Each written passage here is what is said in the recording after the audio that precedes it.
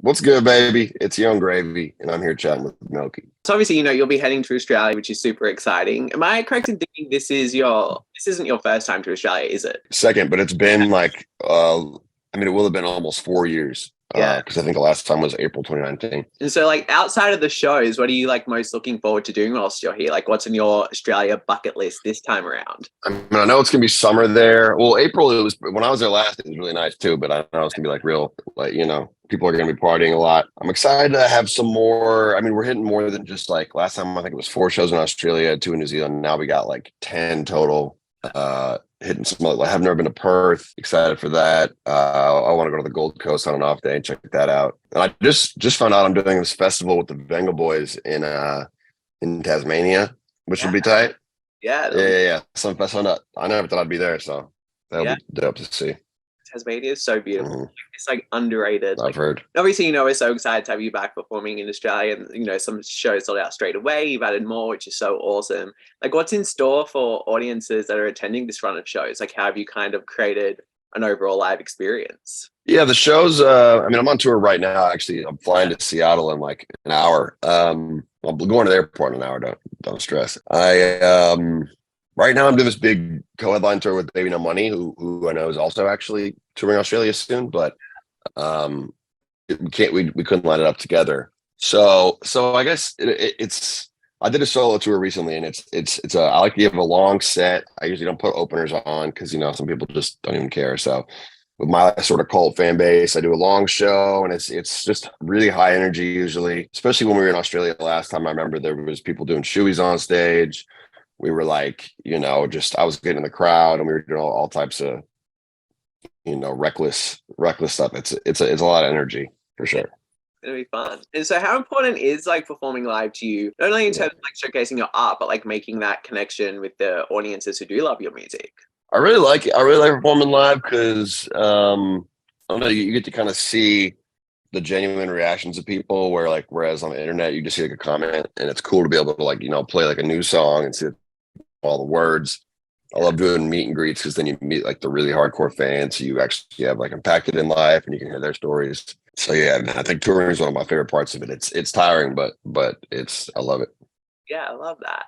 So obviously the tour is in support of your latest album, Marvelous, which is such a great record. Can you kind of like tell us a bit about like making that record and the themes and concepts explored across it? Yeah, so Marvelous was a lot different than my previous album, which was Gasanova, because I was making that right when COVID popped off. So I was at home in Minnesota in the house I grew up in, or in my condo, which was like an hour away.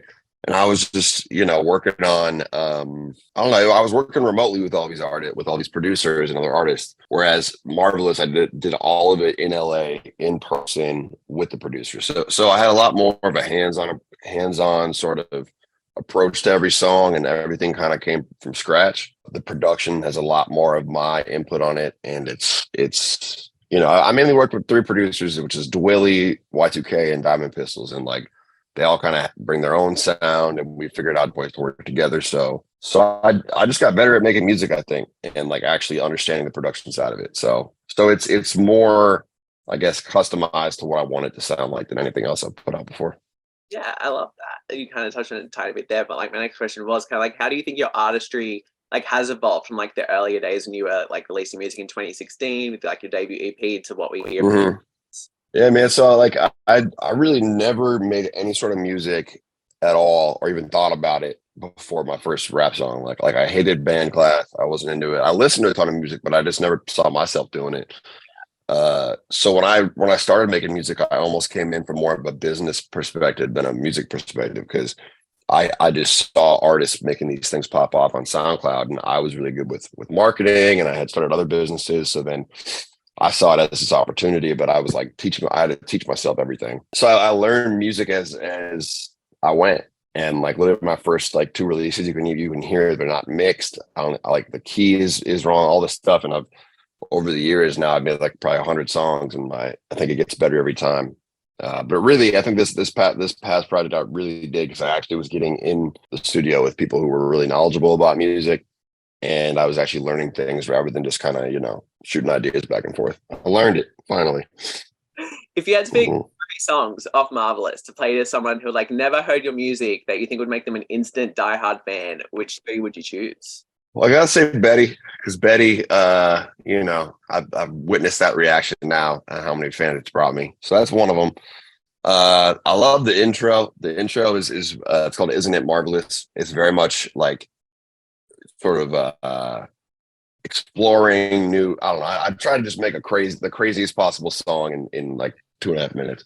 And then so "Isn't It Marvelous?" Betty and Mrs. Worldwide. Those are probably my favorites off the project. It's like it shows my style, but kind of the best of it.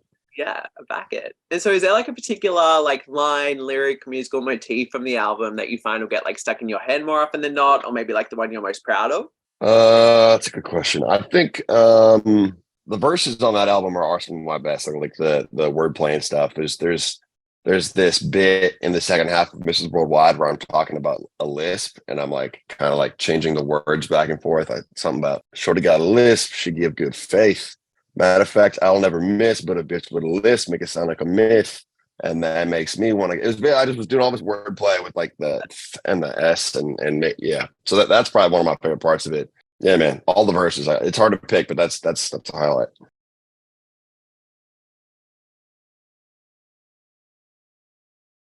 Man, 3 6 Mafia, probably number one, and then I'm Smokey Robinson, and I guess Marvin Gaye, probably what I put.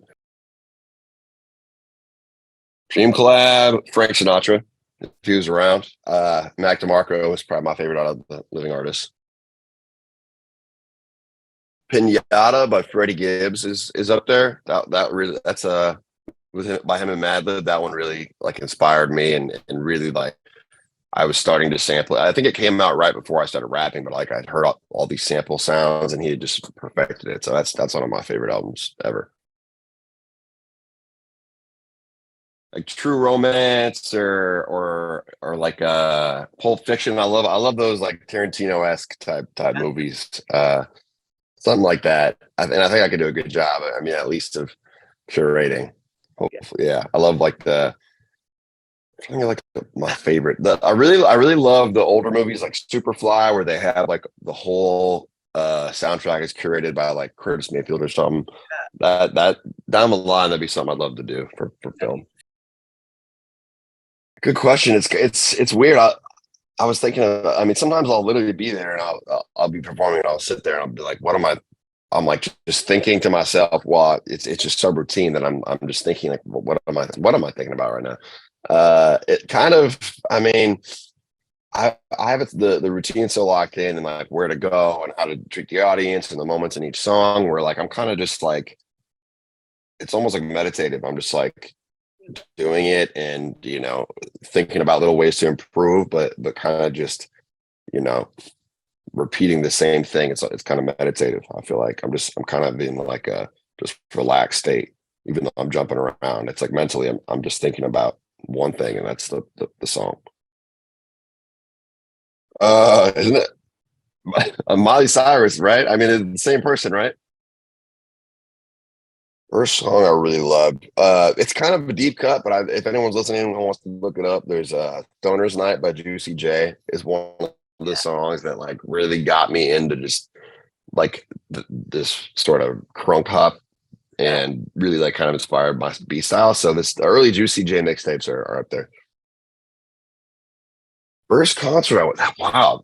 I feel like I should know the answer to that immediately. I think I saw like accidentally like stumbled into a Pussycat Dolls concert in my hometown when I was like 13. But I barely remember that. I was there for a little bit. I want to say it was Survivor, the band who made like Eye of the Tiger. Yeah.